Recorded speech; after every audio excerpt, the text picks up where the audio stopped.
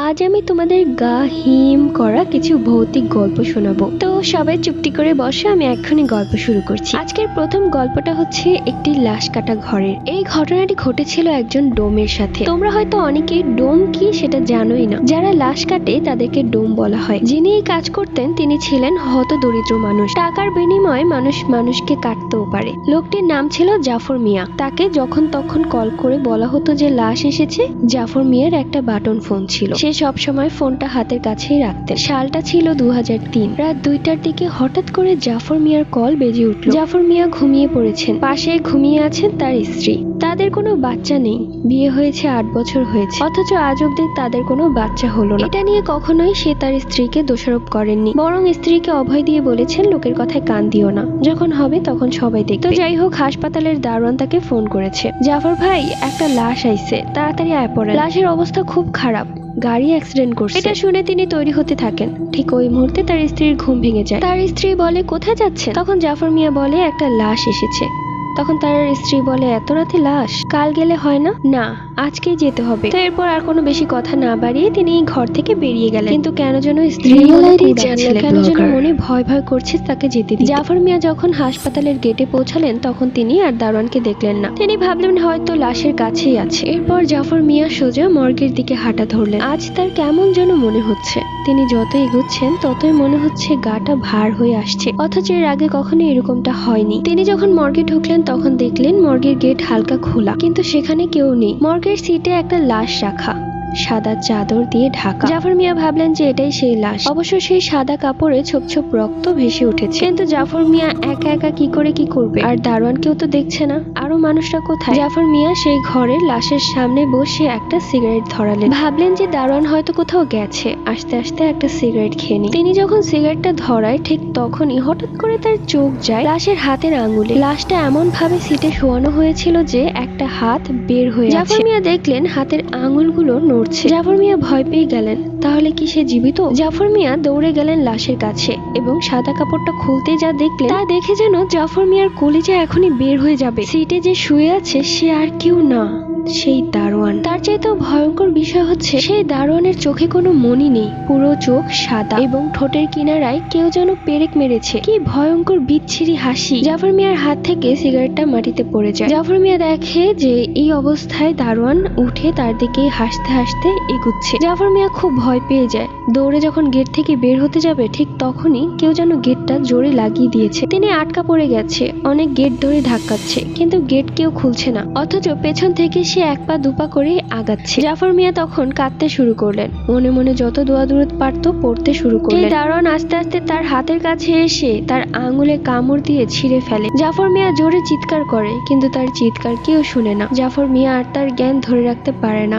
সে মাটিতে লুটিয়ে পড়ে। চোখ বন্ধ হয়ে আসে তার। যখন চোখ খুলে তাকায় তখন দেখে দারোয়ান সহ আরো অনেক মানুষ তাকে ঘিরে আছে। এমনকি সকাল হয়ে গেছে। জাফর মিয়ার চোখে মুখে পানি ছিটানো হয়েছে, সেই কারণেই জ্ঞান ফিরে এসেছে। জাফর মিয়া তার হাতে খুব ব্যথা অনুভব করেন। তিনি কোনো রকমের শক্তি দিয়ে তার হাতটা উপরে তুলে দেখলেন তার হাতের একটা আঙ্গুল নেই, সেখান থেকে রক্ত পড়ছে। সবাই অবাক, কি হয়েছে আঙ্গুলে? আঙ্গুল কেটে গেছে কিভাবে? জাফর মিয়া তখন ভয়ে ভয়ে দারোয়ানের দিকে তাকায়। দারোয়ানের চেহারা স্বাভাবিক। কি হয়েছে জাফর ভাই, আপনি আমার দিকে তাকাইতেছেন কেন? জাফর মিয়া তখন বলল, কাল তুমি তো সেই লাশের ঘরে ছিলে। কি বলেন এইসব? আমি তো কাল বাড়ি গিয়েছিলাম। আমার ছেলের অনেক জ্বর ছিল, তাই আমি বাড়িতে গিয়েছিলাম। এখানে আরেকজন ছিল। এরপর জাফর মিয়া একটু সুস্থ হওয়ার পর সবাইকে সবকিছু খুলে বলে। সবাই সবটা শুনে অনেক বেশি অবাক হয়ে যায়। অনেকেই জাফর মিয়ার কথা বিশ্বাস করছিল, আবার বিশ্বাস করছিল না। বলছিল লাশ কাটতে কাটতে এ নিশ্চয়ই পাগল হয়ে গেছে। কিন্তু প্রমাণ স্বরূপ ছিল তার হাতের আঙুলটি। হাতের আঙুলটি অনেক খোঁজা হয়েছে, কিন্তু কোথাও খুঁজে পাওয়া যায়নি। এরপর জাফর মিয়া সেই কাজটি ছেড়ে দেয় একবারের জন্য এবং সে তার স্ত্রীকে নিয়ে গ্রামের বাড়িতে চলে যায়।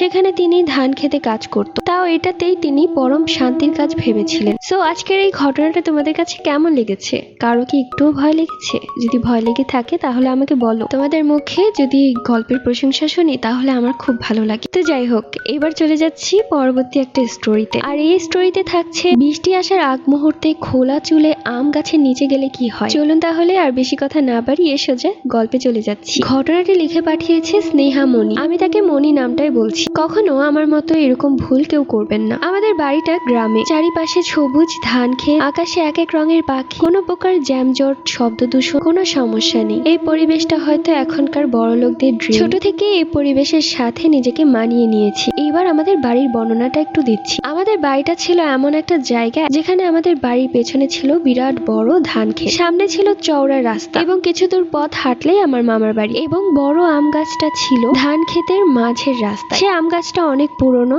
অনেক বড়। ছোট থেকে বড় হয়েছি সেই আম গাছে আজ অব্দি একটা আমও দেখিনি। সেই গাছটা বড় হচ্ছে, পাতা বাড়ছে, কিন্তু কখনোই আম হচ্ছে না। এইরকম গাছ হয়তো অনেক কমই দেখা যায়। একদিন দুপুরবেলা আকাশে মেঘ ছেয়ে গেল। এইরকম আবহাওয়া আমার অনেক পছন্দের। বৃষ্টি পড়লেই আমার একটা অভ্যাস ছিল, আমি বৃষ্টিতে ভিজি। তখন আমি গোসল করিনি, তাই ভাবলাম এই বৃষ্টিতেই ভিজবো। আমার চুলগুলো অনেক বড় ছিল। আমি আমার চুলগুলো ছেড়ে দিয়ে আমাদের বাড়ির পেছনের ধান খেতে নেমে দৌড়ে দৌড়ে হাঁটতে লাগলাম সেই আম গাছের দিকে। আজ আমার কি যে ভালো লাগছে বলে বোঝাতে পারবো না। আম গাছের সামনে গিয়ে আমি কেমন যেন একটা হোঁচট খাই। আমি এত জোরে হোঁচট খেয়েছিলাম যে আমার পায়ের আঙুল কেটে রক্ত বের হয়ে যায়। আমি কিছুক্ষণ পায়ে হাত দিয়ে সেই আম গাছের নিচে বসে থাকি। এর মধ্যে হঠাৎ করে এত জোরে বৃষ্টি পড়ে যে আমি যে বৃষ্টিতে ভিজবো সেই শক্তিটুকু পাইনি। তো আমি সেই আম গাছের নিচে কিছুক্ষণ বসে থাকি, বৃষ্টি কমার আশা, এবং ভাবতে থাকি হয়তো বা আমার মা আমাকে খুঁজতে আসবে। এরপর আমি মাকে ধরে ধরে বাসায় চলে যাব, কিন্তু কেউই আসে না আমাকে খুঁজতে। হঠাৎ করে এত জোরে বিজলি চমকায় যে আমি প্রচন্ড ভয় পেয়ে যাই। আমি সাথে সাথে মুখ লুকিয়ে ফেলি, কিন্তু আমি অনুভব করি একটা গরম স্পর্শ। কেউ কাউকে জড়িয়ে ধরলে যেমন একটা গরম স্পর্শ হয়, ঠিক ওই রকম মনে হলো কেউ আমাকে জড়িয়ে ধরেছে। আমি চারিদিকে তাকাই, কিন্তু কাউকেই দেখতে পাই না। এমনকি এত সুন্দর একটা গন্ধ আসছিল যে আমি একদম পাগল হয়ে যাচ্ছি। এরকম সুন্দর গন্ধের আগে আমি আর কখনোই পাইনি। তো যাই হোক, কেন যেন আমার খুব খারাপ লাগছিল, ভয় ভয় করছিল। আমি দোয়া করতে থাকি কখন বৃষ্টি কমবে, কিন্তু কোনোভাবেই বৃষ্টি কমছিল না। একটু বসে থাকার পর বৃষ্টি কিছুটা কম। আমি তখন সেখানে আর বসে থাকি না, চুলে খোপা করে আমি এই পা নিয়ে হাঁটতে শুরু করি। খুব কষ্ট হচ্ছিল হাঁটতে। কিছু দূর যেতেই আমার মনে হলো কেউ আমার চুলের খোপা টান দিয়ে খুলে ফেলেছে। আমি সাথে সাথে পেছনে ঘুরে তাকাই এবং দেখি সেই আম গাছের সামনে একটা সাদা ধোয়ার মতো কিছু একটা দাঁড়িয়ে আছে। আমি খুব ভয় পেয়ে যাই। আমি দৌড়াতে শুরু করি। আমি জোরে জোরে দৌড়াচ্ছিলাম আর আমার পা দিয়ে রক্ত পড়ছিল, খুব ব্যথা করছিল, কিন্তু সেই দিকে আমার কোনো খেয়াল নেই। কিন্তু আমি ভয় পেয়েছিলাম সেই সাদা ছায়াকে দেখে। বাড়িতে এসে সবকিছু না বলতে পেরেই অজ্ঞান হয়ে যায়। আমার মা যখন আমার জ্ঞান ফিরালো, জ্ঞান ফিরে আমি সবাইকে সবকিছু খুলে বলি। পর আমার মা আর সময় নষ্ট না করে বাড়িতে একজন কবিরাজকে ডেকে আনে। কবিরাজ বলল ওই আম গাছে একটা জিন থাকে। আমাকে খোলা চুলে দেখে নাকি সেই জিনটার অনেক ভালো লেগে গিয়েছিল, যার কারণে সে আমার চুলের খোপা খুলে দিয়েছিল, এমনকি আমাকে জড়িয়ে ধরেছিল। এরপর কবিরাজ আমাকে পানি পড়া এবং একটি তাবিজ দিয়ে যায় শরীর বন্ধের। এরপর থেকে সেই তাবিজটা আমার সাথেই ছিল। আমি আর কখনো সেই সাদা ছায়াকে দেখিনি। তো তোমাদের কেমন লেগেছে স্টোরিটা অবশ্যই কমেন্ট করে জানিয়ে দিও। আচ্ছা, এখন চলে যাচ্ছি পরবর্তী একটা স্টোরিতে। আর আজকের স্টোরিটা এমন, কোনো একটা বাড়িতে মানুষ মারা গেছে। সেই বাড়িতে আপনি গিয়েছেন তার লাশ দেখার জন্য, কিন্তু আপনার সামনে সে জীবিত ঘোরাফেরা করছে। তাহলে আপনার কেমন লাগবে? তাহলে চলো বেশি কথা না বাড়িয়ে গল্পটা শুরু করি, কেননা অনেকে বলে আমি নাকি অনেক বেশি কথা বলি। বেশি কথা বলেই তো মজা, হিহি। আমার নাম শ্রাবণ। আমি এবার ক্লাস 9-এ পড়ছি। আমরা ঢাকায় থাকি, কিন্তু গ্রামে আমাদের অনেক আত্মীয় স্বজন আছে। আজ থেকে প্রায় 1 বছর আগের কথা। আমি তখন ক্লাস 8-এ পড়তাম। আমি ক্লাস টপার।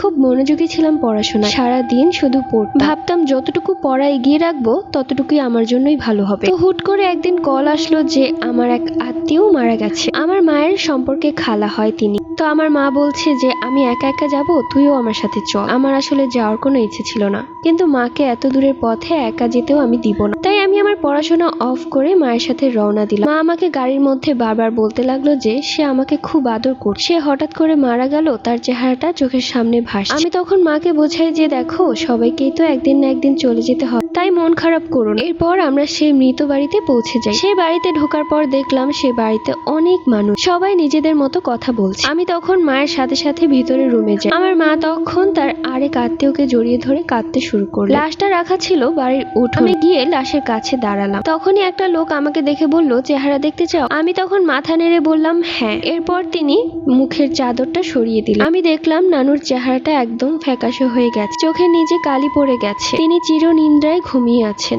এই পৃথিবী থেকে চলে গিয়েছেন। তিনি আর কখনোই এই পৃথিবীতে আসতে পারবে না। কিছুক্ষণ তাকিয়ে থেকে এরপর আমি চলে এলাম। এরপর এক এক করে সবাই লাশ দেখছি। আমি উঠোনের একদম শেষের চেয়ারে বসে পড়লাম। ফোনটা বের করে আমার বন্ধুকে মেসেজ করে বললাম, শাওন, আজ আমি তোর বাড়িতে আসতে পারবো না, তুই একা একাই চলে যা। শাওনকে টেক্সটটা দিতেই ফোনটা অফ করে যেই না পকেটে ভরে রাখবো, অমনি আমার চোখ পড়লো ভিড়ে থাকা একজন মানুষের দিকে, যিনি আমার দিকে এক পলক তাকিয়ে আছে। অবাক হয়ে গেলাম তার চেহারা দেখে। সে আর কেউ না, যিনি মারা গেছেন তিনি। আমি ভয়ে চেয়ার থেকে পড়ে গেলাম মাটি। তখন একটা লোক দৌড়ে এসে আমাকে টেনে তুললো। লোকটার দিকে তাকানো মাত্রই আমি আবারও সেখানে তাকালাম যেখানে সে দাঁড়িয়েছে। তাকিয়ে দেখলাম সেখানে আর কেউ নেই। আমি অবাক, আমার শরীরের লোম দাঁড়িয়ে গেছে। আমি সত্যি বলছি, যে মারা গেছে আমি তাকেই দেখেছি। এরপর আমি দৌড়ে গেলাম লাশের কাছে এবং দেখলাম যে সেখানে লাশ রাখা আছে। আমার ভয়ে বুক ধরফর করে কাঁপতে লাগলো। এরকমটা এর আগে কখনো আমার সাথে হয়নি। মাকে বললাম যত তাড়াতাড়ি সম্ভব হয় চলো বাসায় চলে যাই। মা আমাকে বারবার বললো যে দাঁড়া, কি হয়েছে, সমস্যা? এত ভিড়, এত মানুষের মাঝে আমি মাকে সবকিছু খুলেও বলতে পারছিলাম না। তো যাই হোক, মাকে অনেক তাড়া দিয়ে সেখান থেকে নিয়ে আসি।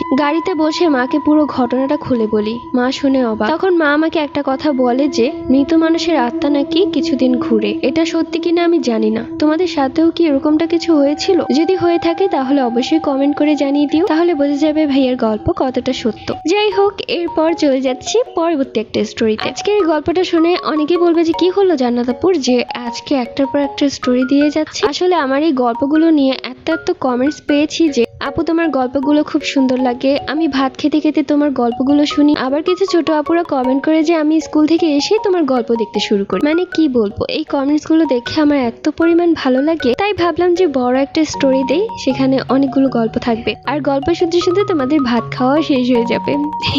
দেখেছো, আমি আবারও বেশি কথা বলে ফেলেছি। যাই হোক, চলে যাচ্ছি সোজা স্টোরিতে। আজকের এই স্টোরিটা একটা পুরাতন ফ্ল্যাটকে ঘিরে। সেই ফ্ল্যাটটা অনেক বড় হওয়ার সত্ত্বেও ভাড়া খুবই কম, এবং এই লোভে পড়ে যারা সেই ফ্ল্যাটে উঠেছে তাদের কি অবস্থা হয়েছে চলুন সেটাই জেনে নেওয়া যাক। আজকের এই স্টোরিটি আমাকে লিখে পাঠিয়েছে তাসলিমা আপু। তখন সে ক্লাস 10-এ পড়তো এবং তার স্বামী সেম ক্লাসেই পড়তো। বাড়ি থেকে বিয়ের চাপ দেওয়ার কারণে তারা দুজন সিদ্ধান্ত নেয় পালিয়ে যাবে, পালিয়ে গিয়ে বিয়ে করবে। তো পালিয়ে গিয়ে বিয়ে করে কোথায় উঠবে? নিশ্চয়ই একটা ভাড়া বাসাতে উঠতে হবে। হাতে ওরকম টাকা পয়সা নেই বললেই চলে। যতটুকু টাকা আছে সেই টাকায় ভালো ফ্ল্যাট পাওয়া যাবে না। তো সেই ভাইয়ার তার পরিচিত একটা লোক এই ফ্ল্যাটের ঠিকানা দিল। ফ্ল্যাটটার খুব প্রশংসা করলো, ফ্ল্যাটটা খুব ভালো, খুব কম গ্যাস থাকবে, পানি থাকবে, কোনো সমস্যা নেই। এমনকি কাপড় শুকানোর জন্য বারান্দাও আছে। 2টা বড় রুমের বাসা, তাও আবার এত কিছু। আর ভাড়া মাত্র 2000 টাকা। মানে এটা তো মেঘ না চাইতেই বৃষ্টি। তো ভাইয়া আর কোনো কিছু না ভেবে বললো যে হ্যাঁ আমরা ওই বাসায় উঠবো। কিন্তু আপুটি ভাবছিল যে এত কম দামে ফ্ল্যাট, যদি কোনো সমস্যা হয়ে থাকে তারা কি আর বলবে কি সমস্যা। কিন্তু এই বাসার ভাড়া এত কম হওয়ার কথা না। এরপর তারা বিয়ের পর সেই ফ্ল্যাটটিতে উঠে। পুরো ফ্ল্যাটই ফাঁকা, বলতে গেলে কোনো জিনিসপত্রই নেই। কিছু মেইন জিনিস কেনা হয়েছে, আর কোনো কিছুই নেই। তো একটা তোষক কেনা হয়েছিল, বালিশ কেনা হয়েছে, রান্না বান্না করার জন্য কিছু হাঁড়ি পাতিল কেনা হয়েছে, আর চুলা যেটা ছিল সেটা দারোয়ানের চুলা। তিনি বলেছেন যে যতদিন ইচ্ছে আপনারা ব্যবহার করুন। তো যাই হোক, সেই ফ্ল্যাটে ওঠার রাতেই আমরা যেটা লক্ষ্য করলাম, মনে হচ্ছে নূপুর পরে সারা ঘরে কেউ হেঁটে যাচ্ছে। লাইট অফ করে রেখেছিলাম, যার কারণে এত কিছু বোঝা যাচ্ছিল না যে কে হাঁটছে। প্রথমে শব্দটা আমি শুনেছিলাম, এরপর আমি আমার হাজবেন্ডকে ডেকে তুলি। তাকে বলি তুমিও কি সেই শব্দটা শুনতে পাচ্ছ? সে তখন বলে হ্যাঁ আমি কিছুক্ষণ ধরেই শব্দটা শুনছি, কিন্তু কোথা থেকে আসছে সেটাই বুঝতে পারছি না, কিন্তু আমার মনে হচ্ছে কেউ আমাদের পাশ দিয়ে হেঁটে যাচ্ছে। আমি তখন বললাম যে তাড়াতাড়ি লাইটটা অন করো তো, দেখি কি হচ্ছে। ও তখন লাইট অন করে। লাইট অন করতেই দেখলাম ঘরের ভেতর কালো একটা বড় বিড়াল। লাইট অন করাতে বারান্দা দিয়ে পালিয়ে গেল। আমি ভয় পেয়ে গেলাম, কেননা আমি ছোট থেকে একটু ভীতু স্বভাবের। আমার স্বামী তখন বলল হয়তোবা এই বিড়ালের গলায় ঘন্টি ছিল, সেই ঘন্টির আওয়াজই এসেছে। এরপর বারান্দার গেট আটকে লাইট অফ করে আবারও ঘুমিয়ে পড়লাম। 5 মিনিট পর আবারও সেই শব্দ। আবারও মনে হচ্ছে কেউ সামনে দিয়ে হেঁটে যাচ্ছে। এবার আরো জোরে আওয়াজ হচ্ছে, মনে হচ্ছে কানের মধ্যে লাগছে। আমি প্রচন্ড ভয় পেয়ে গেলাম। আমি আমার স্বামীকে খামচে ধরলাম। আমার স্বামী তখন তাড়াতাড়ি লাইট অন করলো এবং লাইট অন করতেই দেখলো যে বারান্দার গেটও লাগানো এবং ঘরের ভেতর কেউ নেই। এরপর বাকি ঘরগুলো পুরো খোঁজা হলো, কিন্তু কাউকে আর দেখা গেল না। তো এরপর আমি আমার স্বামীকে বললাম তুমি আর লাইট অফ করো না, লাইট অফ করলে এই শব্দটা বাড়ছে, আর আমরা দেখতেও পারছি না এই শব্দটা কোথা থেকে আসছে। এরপর লাইট অন করেই ঘুমিয়ে পড়লাম, কিন্তু কোনোভাবেই যেন ঘুম আসছে না। বারবার মনে হচ্ছে কেউ এই দিক থেকে ওই দিক হেঁটে যাচ্ছে। এবার নূপুর ছাড়া, মানে খালি পায়ে ধাপুর ধুপুর করে হাঁটলেও তো একটা শব্দ হয়, ঠিক ওইরকম শব্দটা আমার স্বামীও টের পেয়েছে। এই অবস্থায় আমি বলেও, দেখেছো, আমি তোমাকে আগেই বলেছিলাম কম দামে ফ্ল্যাটে উঠো না। আমি আগেই ভেবেছিলাম এসব ভুটটুতের কোনো ব্যাপার স্যাপার আছে। আমার স্বামী তখন এক ধমক দিয়ে বলল, তুমি একটু বেশিই বুঝো, চুপ করে থাকো। আমি বুঝতে পারছিলাম ও ভীষণ ভয় পাচ্ছে। তো যাই হোক, এভাবে চলতে লাগলো। ফজরের আজানের পর সবকিছু স্বাভাবিক, একদম শান্ত, যেন মনে হচ্ছে কোনো শব্দই নেই। আমি তখন আমার স্বামীকে বললাম, এক্ষুনি বাসা থেকে বের হয়ে যাই চলো, কেননা রাতে তো আমি আর ঘুমাতেই পারবো না। এরপর আমি আর আমার স্বামী মিলে দারোয়ানের কাছে যাই এবং তাকে অনেক বুঝিয়ে বলার পর সে বলতে শুরু করে, আসলে একটা সমস্যার কারণে ফ্ল্যাটটি এভাবেই পড়ে থাকে, ওই ফ্ল্যাটে আসতে চায় না, যার কারণে বাড়িওয়ালা ভাড়া কমিয়ে 2000 টাকায় নিয়ে এসেছে, অথচ আগে এই ফ্ল্যাটের ভাড়া ছিল 8000 টাকা। আমার স্বামী আর আমি তখন বড় বড় চোখে বললাম, কি সমস্যা হয়েছে সেটা বল। দারোয়ান এবার বলতে শুরু করলো, আমি যদি সবটা আপনাদের খুলে বলি তাহলে তো আপনারা চলে যাবেন আর বাড়িওয়ালা আমাকে এসে ধরবে। আমি তখন কি বলবো? আমি তখন দারোয়ানকে বললাম, দেখেন আমি আপনার মেয়ের মতো, আজকে আমার জায়গায় যদি আপনার মেয়ে থাকতো তাহলে কি আপনি এই বিষয়টা লুকিয়ে রাখ? এবার দারোয়ান চুপ হয়ে গেল এবং বলতে শুরু করলো, আসলে অনেক বছর আগে এখানে এক দম্পতি এসেছিল, তাদের কোনো সন্তান ছিল না, কিন্তু তাদের দেখলে বোঝা যায় তাদের অনেক বয়স। দুজনেই ছিলেন চাকরিজীবী, সকালে যেত আসতো রাত, ফ্ল্যাটটা ফাঁকাই পড়ে থাকতো। আমি মাঝে মাঝে জানালা দিয়ে উকি দিতাম, কারণ বিপদ আপদ আসলে তো আমার ঘরেই আসবে। আমি তাদের ঘরে খেয়াল রাখতাম যেন কোনো অঘটন না ঘটে। তো একদিন আমার চোখ গেল তাদের ঘরে থাকা একটি কালো বিড়ালের দিকে। বিড়ালটি ছিল কালো কুচকুচে, দেখতেও কিছুটা বড়। ঘরের ভেতর থাকা এক ধ্যানে আমার দিকে তাকিয়ে থাকতো। আমি ভাবতাম হয়তো তারা এই বিড়ালটা পালে, কিন্তু তারা দুইজনেই তো চাকরি করে, খালি একটা বাসায় এভাবে একটা বোবা প্রাণীকে আটকে রেখে যাবে? যেতে পারতো, আমার কাছে দিয়ে যেতে পারতো, খোলামেলা পরিবেশে ভালোই থাকতো বিড়ালটা। আমি তখন ঠিক করলাম যে তারা যখন আসবে কাজ থেকে তখন আমি তাদেরকে জিজ্ঞেস করব বা বলবো যে বিড়ালটা যাওয়ার সময় আমার কাছে দিয়ে যেতে। তারা যখন রাতের বেলা আসে তখন আমি তাদেরকে বিড়ালের বিষয়টা বলি। তখন তারা বলে যে, কি বলেন এসব, আমরা তো বিড়াল পালি না, আমরা তো দুজনেই চাকরি করি, আর বিড়াল পালবো কিভাবে? আমি তখন তাদেরকে অনেকভাবে বোঝানোর চেষ্টা করি যে আমি আসলে আপনাদের ঘরের ভেতর একটা কালো বিড়াল দেখতে পাই মাঝে মাঝে। তখন তারা বলে যে হয়তোবা বাহির থেকে আসে। আচ্ছা, চিন্তা করবেন না, আমি যাওয়ার সময় সব দরজা জানালা বন্ধ করে যাব যাতে বিড়ালটা ঢুকতে না পারে। আমিও ভাবলাম হয়তোবা তাই হবে। তো এমনি কিছুদিন যেতে লাগলো। দেখলাম যে সেই ফ্ল্যাটের লোকটা কাজে যেত, মহিলা কাজে যেত না। তা আমি সেই লোকটাকে বললাম যে আপনার স্ত্রী কি অসুস্থ, তাকে তো আর যেতে দেখি না। সেই লোকটা বললো যে তার স্ত্রী গর্ভবতী। এই কথাটা শুনে আমারও বেশ ভালো লাগলো। আমার আসলে একটা মেয়ে ছিল, কিন্তু পানিতে ডুবে মারা গেছে। আমি আমার মেয়েটাকে সেই মেয়ের ভেতরে দেখতে পেতাম, তাই ওর দিকে সবসময় খেয়াল রাখতাম। একদিন আমি পানির ট্যাঙ্ক পরিষ্কার করতে বাড়ির পেছনের দিকটায় যাই। বাড়ির পেছনের দিকটায় তাদের ঘরের একটা জানালা ছিল। তখন আমার চোখ গেল সেই জানালার দিকে। আমি তখন যা দেখলাম নিজের চোখকে বিশ্বাস করতে পারলাম না। ভরা পেটে মহিলাটা নিচে বসে আছে, চুলগুলো ছাড়া পাগলের মতো হাসছে এবং সে কালো বিড়ালটা তার পেটের মধ্যে খামচি দিচ্ছে। এই দৃশ্য দেখে আমি প্রচন্ড ভয় পেয়ে যাই। তখন সব কাজ ফেলে দৌড়ে এলাম জানালার কাছে। আমি তখন চিৎকার করে বললাম, কি করছেন এইসব? সেই মহিলা তখন শয়তানের মতো এক হাসি দিয়ে আমার দিকে তাকালো। বিড়ালটাও আমার দিকে তাকিয়ে আছে। বিড়ালের নখগুলো দিয়ে তার পেটে বিচ্ছিরি ভাবে খামচি দিচ্ছে, পেট কেটে রক্ত বের হয়ে যাচ্ছে। আমি তখন ভয় পেয়ে যাই এবং দৌড়ে যাই তার ঘরের কাছে এবং ইচ্ছে মতো দরজায় নক করতে থাকি, কিন্তু সে আর দরজা খুলে না। এরপর আমি দৌড়ে যাই আমাদের বাড়িওয়ালার কাছে এবং আরো মানুষজনদেরকে নিয়ে দরজা ভেঙে ভেতরে ঢুকে দেখি সেই মহিলাটা মাটিতে পড়ে আছে। দেখে মনে হচ্ছে তার পেট থেকে কেউ বাচ্চাটা বের করে ফেলেছে। পেটের অবস্থা ক্ষত বিক্ষত, সে মারা গেছে, ওপরে তাকিয়ে আছে। খুব ভয়ঙ্কর মৃত্যু হয়েছে। তার হাজবেন্ড যখন খবর পেয়ে দৌড়ে আসে এবং এসে দেখে তার স্ত্রীর এই অবস্থা, তখন তার হাজবেন্ড পাগল হয়ে গিয়েছিল। এরপর সে বাসাটি ছেড়ে দেয়। তার স্ত্রীর দাফন কাফন হয়েছিল। এরপর এলাকাতে রটে গিয়েছিল এই ফ্ল্যাটে খারাপ কিছু আছে। যেই আসতো এই ফ্ল্যাটটি ভাড়া নিতে কেউ না কেউ তাকে বলে দিত, আর সে 2000 টাকা ভাড়ার কথা শুনেও চলে যেত। কিন্তু আপনারা যখন আসলেন, আপনি যখন শুনলেন বাসা ভাড়া মাত্র 2000 টাকা, তখন আপনি কোনো কিছু না জেনে খুশিতে এই বাসায় উঠে পড়েন। আজও জানি না সেটা বিড়াল ছিল কিনা, কেননা বিড়ালের থেকেও অনেক বড় আর ভয়ানক দেখতে। এই সমস্ত কথা দারোয়ানের থেকে আমি এবং আমার স্বামী শুনে ভয়ে আমাদের আত্মা বের হয়ে যাবে এমন অবস্থা। আমার স্বামীকে আর কিছু বলতে হয়নি, আমার স্বামী বলে দিল যে আজই আমরা এই বাসা ছেড়ে দিচ্ছি। এরপর আমার স্বামী তার মাকে ফোন করে এবং বিষয়টা খুলে বলে। সবটা শুনে আমার শাশুড়ি খুব রেগেছিলেন, কিন্তু আমাদেরকে মাফ করে দেয় এবং মেনে নেয়। তো যাই হোক, এখন আমি আমার শ্বশুর বাড়িতেই আছি। ওই ঘটনাটা আমি আমার জীবনে কখনোই ভুলতে পারবো না। সবাই দোয়া করবেন আমার জন্য। তো কেমন লাগলো স্টোরিটা অবশ্যই কমেন্ট করে জানিয়ে দিও।